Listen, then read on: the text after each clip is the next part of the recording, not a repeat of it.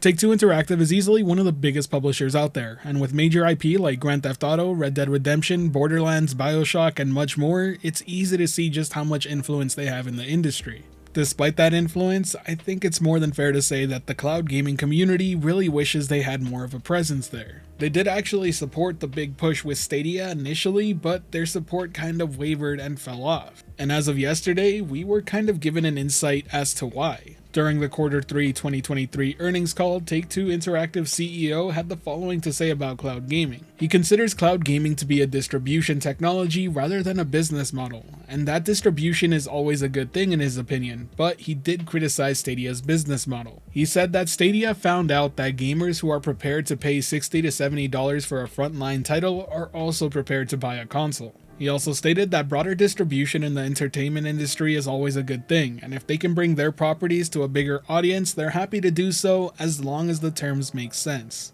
Now, regardless on how you feel about the CEO's opinion, it needs to be stated once again, he is the CEO of Take-Two Interactive, therefore his opinions have a lot of weight. And his very same thought process might be exactly why Take-Two seems so hesitant to bring their library on board. He sees cloud gaming as a way to distribute games, he doesn't see it being a major shift in how people play games. To him, Stadia's closure is proof of that fact, and he's not the only big name in the industry to believe this either. Phil Spencer over at Xbox also shared very similar sentiments on the matter. In his opinion, cloud gaming is best used when giving you ways to play a game that you want to play rather than making it an us versus them thing. I would also argue that GeForce Now heavily leans in on that type of user as well. If you've already been a PC gamer in the past or are currently a PC gamer, you'll already have a library of games to use with GeForce Now. And that's not to say that there aren't users who look at cloud gaming as their replacement for local gaming, but I do think that they are a smaller minority in the here and now. Could that change? Absolutely, but I have a feeling that the majority of people doing cloud gaming probably own some piece of local hardware. I would love to know your thoughts on this down in the comment section below. Do you agree with the CEO of Take-Two? Do you agree with Phil Spencer? Let me know. For now though, let's get back on track and talk about the other statement shared here. They want to distribute their games more as long as the terms make sense. That's a very interesting thing to say, but it tells us very little of what they expect out of a deal. If the terms making sense equals what Google was doing to get some big titles over on their platform,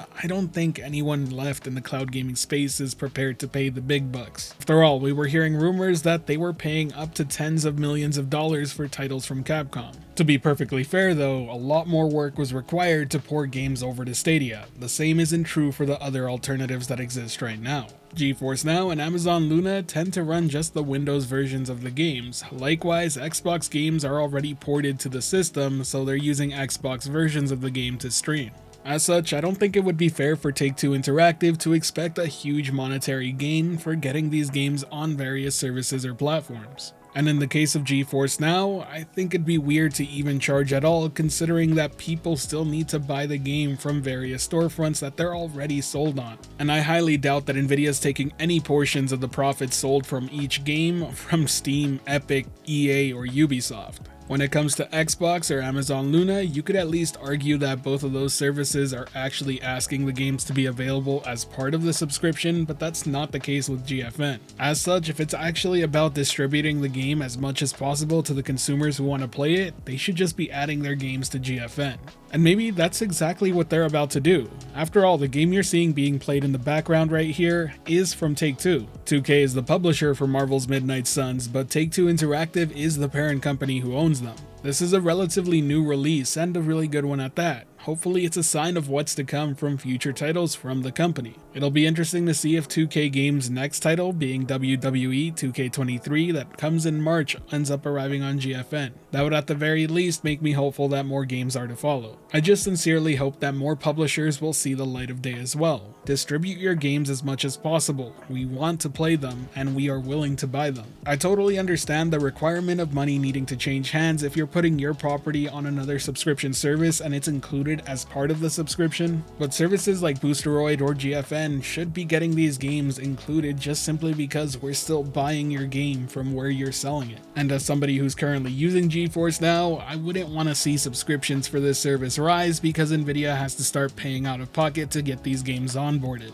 Not that I think Nvidia would ever do it, but I wouldn't be shocked to see it happen sometime down the road if this is the future that cloud gaming is. Either way, that summarizes this video. I just wanted to talk about the statement that was shared yesterday. I think it's actually pretty interesting stuff. I do have a feeling we'll start to see some more big publishers hop on board, but they'll probably be testing the waters first. But what do you think? Do you think publishers are expecting a paycheck from the likes of Nvidia or Boosteroid?